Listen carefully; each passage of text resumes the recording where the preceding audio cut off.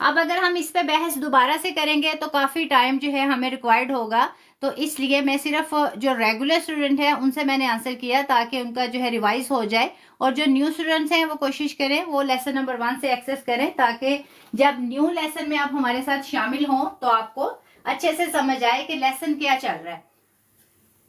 آج ادغام کا قاعدہ، اور اس میں ہم یہی پڑھیں گے کہ نون ساکن یعنی وہ نون جس کے اوپر یہ علامت ہے، یعنی سکون ہے، جزم ہے، تو وہ نون ساکن ہے۔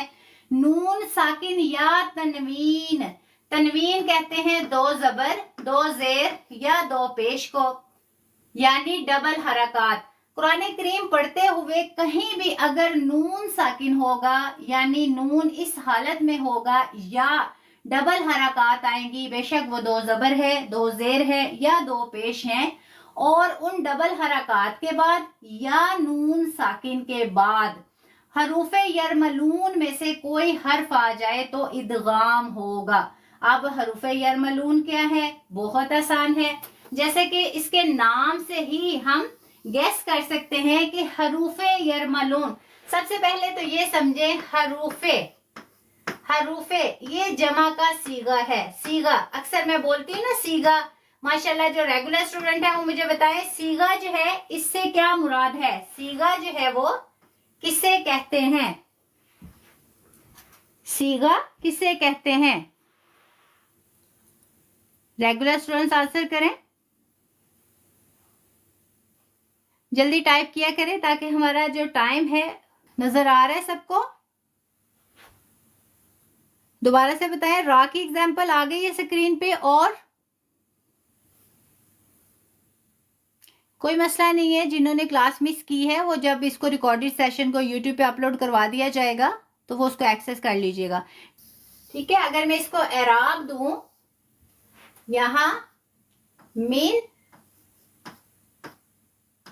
ٹھیک ہے، اب دیکھیں میں یہاں پڑھوں گی مر پڑھوں گی، نہ کہ من پڑھوں گی، مر، اور میں ایسے نہیں پڑھوں گی مر کہ کیا ہو ناک میں نیزل ساؤنڈ آئے، میں نے نارملی اس کو پڑھ دیا، جیسے کہ پہلے اس سے پہلے میں اگزامپل دے چکی ہوں، میں بھی آپ نے نہیں سنا، مر رسولی، ٹھیک ہے، مر رسولی، اس میں بھی را آتا ہے نا لام کی، اس کے بعد دیکھیں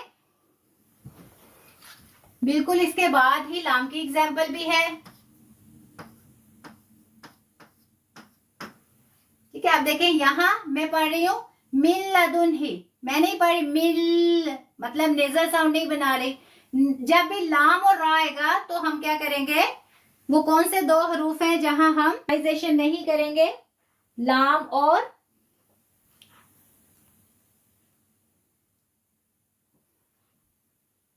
جلدی سے ٹائپ کریں جو ریگولر اسٹوڈنٹ ہیں۔ بالکل بالکل ماشاءاللہ، نیزل ساؤنڈ لام اور را میں نہیں کریں گے، واو میں نہیں، لام اور را میں۔ جیسے کہ یہ اگزامپل دیکھیں، یہاں میں جب پڑھوں گی میں پڑھوں گی میم، ویسے بھی یہ تو میم مشدد ہے نا، میم مشدد اور نون مشدد پہ غنہ کیا جاتا ہے، میم یعنی میں نے نیزل ساؤنڈ بنا دیا، نیزلائزیشن میں نے کر دی یہاں، اور یہاں میم ولی میم، لیکن را پہ اور لام پہ آپ یاد رکھیں گے حروف یرملون میں سے لام اور را یہ 2 ایسے حروف ہیں جو ہم بغیر غنہ کے یعنی وداؤٹ نیزلائزیشن اس کو پروناؤنس کریں گے، نیزل ساؤنڈ نہیں بننا چاہیے۔ فار ایگزامپل میں پڑھ دوں گی مر ربی کا اور من لدنہ، میں ایسے نہیں پڑھوں گی مر، مطلب نہ تو میں یہاں سختی سے پڑھوں گی اور نہ ہی یہاں میں نیزل ساؤنڈ بننے دوں گی، نارملی میں اس کو پروناؤنس کر دوں گی۔ کیوں؟ کیونکہ حروف یرملون جو ہیں ادغام کے قاعدے میں جب آئیں گے وہ 6 حروف میں سے 2 لام اور را پہ ہم بغیر غنہ کے ادائیگی کریں گے، اور اس کے بعد جو 4 ہیں اس کو غنہ کے ساتھ ادا کریں گے۔ اب سمجھ آ گئی 7 اور 6؟ ساری اگزامپل ہو گئی۔ اس کے بعد دیکھیں من نصیر، ٹھیک ہے، من وہ تو ویسے بھی نون پہ نون مشدد آ جائے گا تو اس پہ ہم غنہ کر دیں گے۔ باقی اب آپ کا ہوم ورک یہ ہے، اور اسپیشلی میں نے وہ جو ریگولر اسٹوڈنٹ ہے